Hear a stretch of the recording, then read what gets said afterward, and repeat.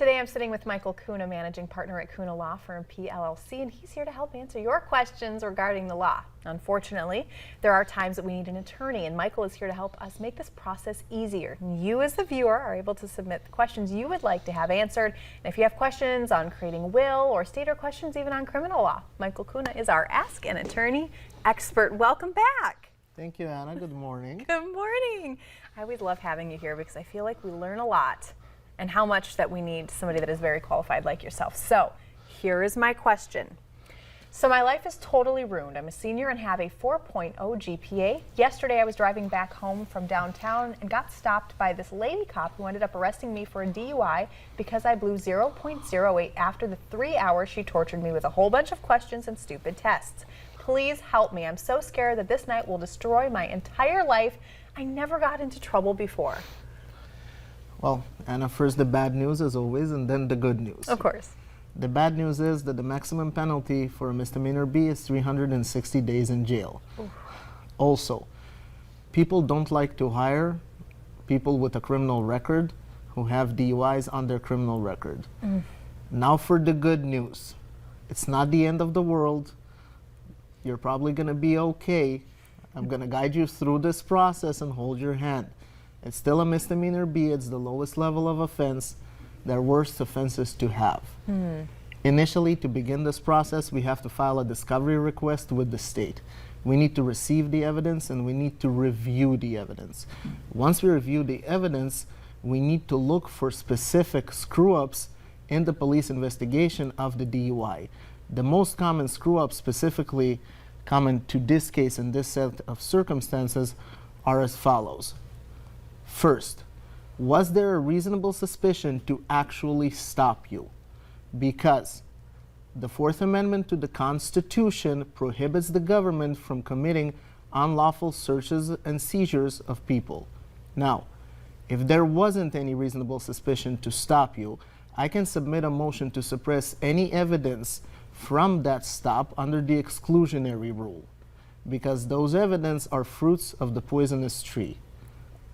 Second, every time that we deal with a DUI investigation, it's only based on your BAC and on the police report.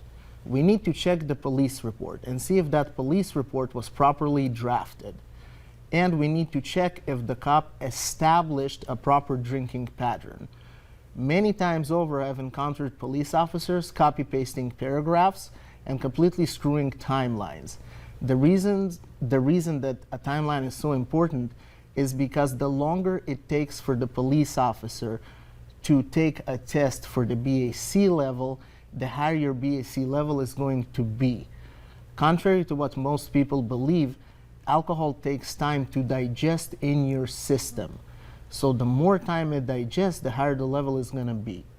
Now, once we're dealing with field sobriety tests like that poor person has been subjected to, there are 3 standardized tests. Usually when we go to court, police officers are not well trained in conducting those tests, and therefore multiple times they fail at them, and I crucify them over my cross-examination. Also, I don't know how the police officer could have forced the person to do those tests, because field sobriety tests in the state of North Dakota are voluntary, not mandatory. And therefore, we need to check if the police officer notified the person that the tests are voluntary. Then, specifically because the results are 0.08, we need to check 2 things. Whether the testing device was properly calibrated, whether the baseline was okay, when was the last time it was calibrated, because if it's been a week or more than 100 tests, clearly it's not going to be a properly calibrated device. And that happens quite often as well. And whether the cop actually is a proper sanitary person and did all the required sanitary measurements over there and cleaned it properly before the test was conducted.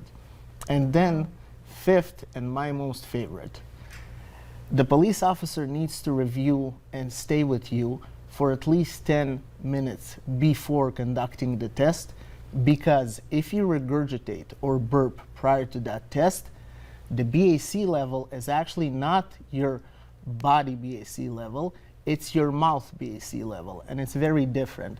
And in cases where we're right on top of the legal limit, 0.08, I would go to a jury trial asking whether the cop committed another BAC test to show that that level of 0.08 couldn't have been higher or lower.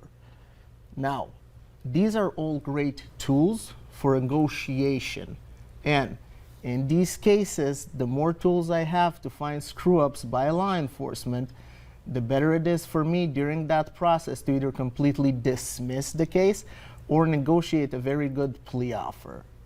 Well, that is, again, the value of having someone like you on their side. So I'm sure this person is thankful that they reached out to you. And if you have a legal question, you have something that you want to ask our attorney, just get on the Valley News Live website, valleynewslive.com, and on the top, click Ask an Attorney.